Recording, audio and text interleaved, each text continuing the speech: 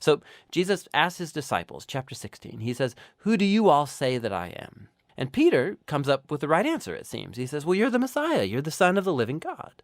But then it becomes clear that Peter's thinking about a king who's going to reign victoriously through military power. And Jesus challenges Peter, saying that, yes, I am going to become king, but through a different way. And so Jesus starts to teach on themes from the prophet Isaiah, who said that the Messianic king would suffer and die for the sins of his own people. And so Jesus, he was positioning himself as a Messianic king who reigns by becoming a servant and who would lay down his life for Israel and the nations. Well, Peter and the disciples, they mostly just don't get it. Matthew 17.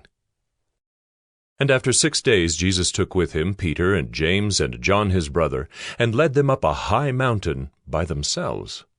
And he was transfigured before them, and his face shone like the sun, and his clothes became white as light.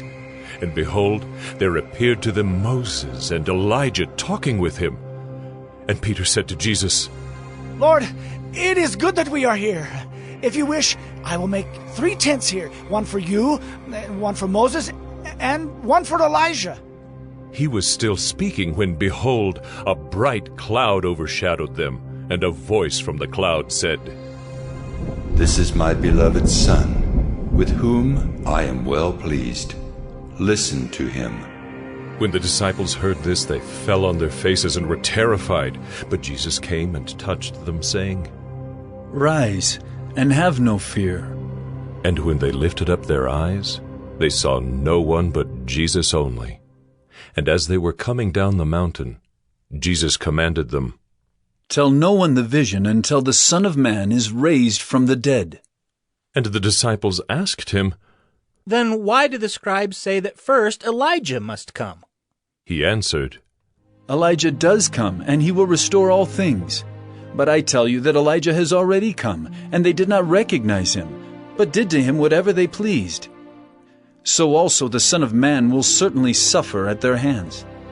Then the disciples understood that he was speaking to them of John the Baptist.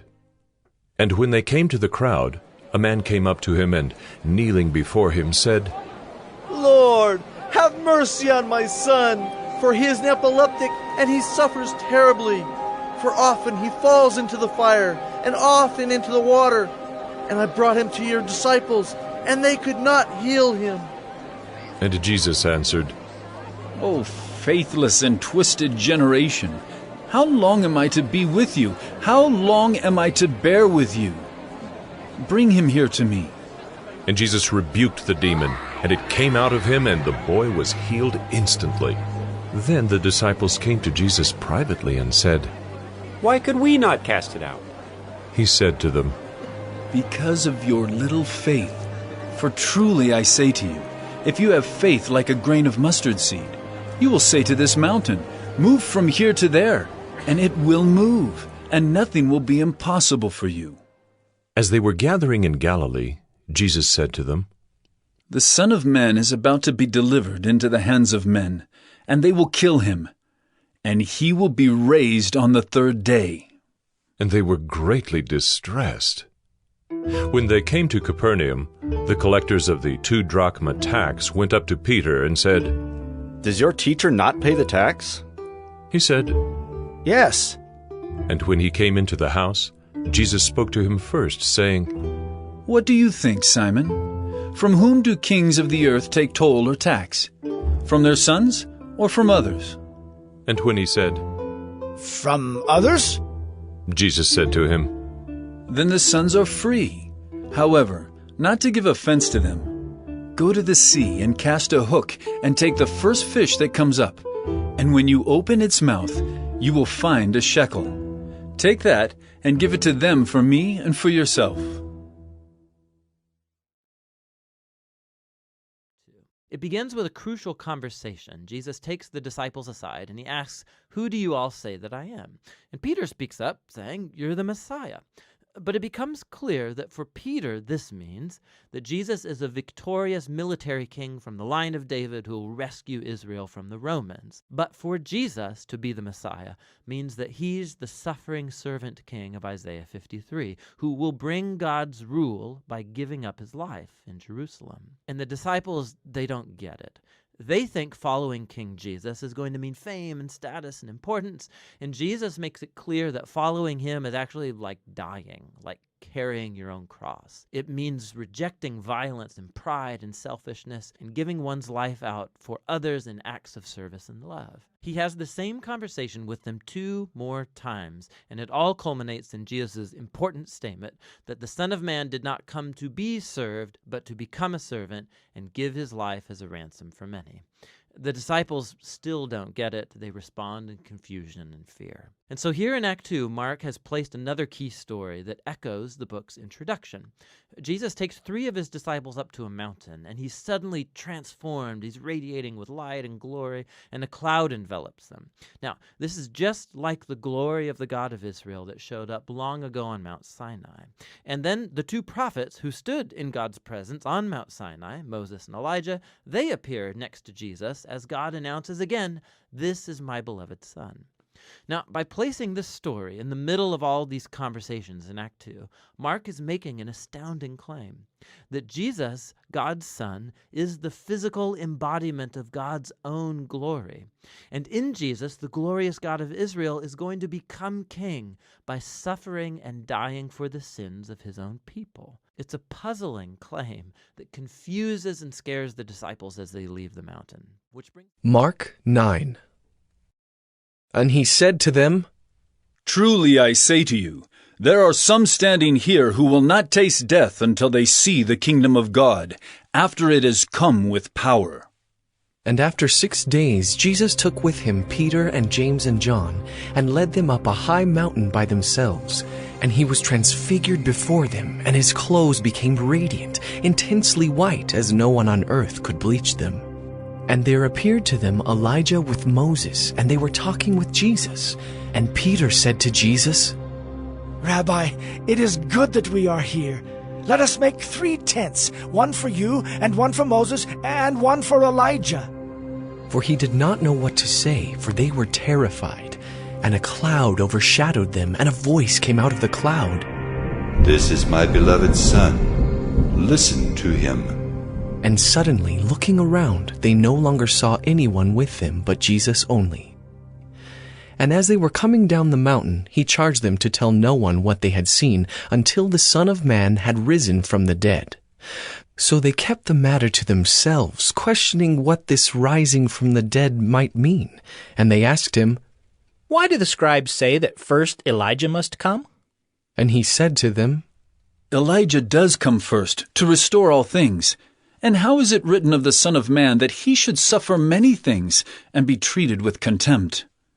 But I tell you that Elijah has come, and they did to him whatever they pleased, as it is written of him. And when they came to the disciples, they saw a great crowd around them, and scribes arguing with them. And immediately all the crowd, when they saw him, were greatly amazed and ran up to him and greeted him. And he asked them, What are you arguing about with them? And someone from the crowd answered him, Teacher, I brought my son to you, for he has a spirit that makes him mute. And whenever it seizes him, it throws him down, and he foams and grinds his teeth and becomes rigid. So I asked your disciples to cast it out, and they were not able. And he answered them, O faithless generation, how long am I to be with you? How long am I to bear with you? Bring him to me. And they brought the boy to him. And when the spirit saw him, immediately it convulsed the boy, and he fell on the ground and rolled about, foaming at the mouth. And Jesus asked his father, How long has this been happening to him? And he said, From childhood. And it has often cast him into fire and into water to destroy him. But if you can do anything, have compassion on us and help us. And Jesus said to him, If you can, all things are possible for one who believes. Immediately the father of the child cried out and said, I believe. help my unbelief." And when Jesus saw that a crowd came running together, he rebuked the unclean spirit, saying to it, "You mute and deaf spirit, I command you, come out of him, and never enter him again." And after crying out and convulsing him terribly, it came out, and the boy was like a corpse, so that most of them said, "He is dead." But Jesus took him by the hand and lifted him up, and he arose. And when he had entered the house, his disciples asked him privately, Why could we not cast it out? And he said to them, This kind cannot be driven out by anything but prayer. They went on from there and passed through Galilee. And he did not want anyone to know, for he was teaching his disciples, saying to them, The Son of Man is going to be delivered into the hands of men, and they will kill him. And when he is killed, after 3 days he will rise. But they did not understand the saying, and were afraid to ask him. And they came to Capernaum, and when he was in the house, he asked them, What were you discussing on the way? But they kept silent, for on the way they had argued with one another about who was the greatest. And he sat down and called the 12, and he said to them, If anyone would be first, he must be last of all, and servant of all. And he took a child and put him in the midst of them, and taking him in his arms, he said to them, Whoever receives one such child in my name receives me. And whoever receives me receives not me, but him who sent me. John said to him, "Teacher, we saw someone casting out demons in your name, and we tried to stop him because he was not following us." But Jesus said, Do not stop him, for no one who does a mighty work in my name will be able soon afterward to speak evil of me. For the one who is not against us is for us. For truly I say to you, whoever gives you a cup of water to drink because you belong to Christ will by no means lose his reward. Whoever causes one of these little ones who believe in me to sin, it would be better for him if a great millstone were hung around his neck and he were thrown into the sea. And if your hand causes you to sin, cut it off. It is better for you to enter life crippled than with 2 hands to go to hell, to the unquenchable fire. And if your foot causes you to sin, cut it off.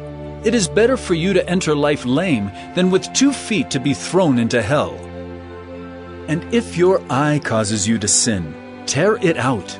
It is better for you to enter the kingdom of God with 1 eye than with 2 eyes to be thrown into hell, where their worm does not die and the fire is not quenched. For everyone will be salted with fire. Salt is good, but if the salt has lost its saltiness, how will you make it salty again? Have salt in yourselves, and be at peace with one another.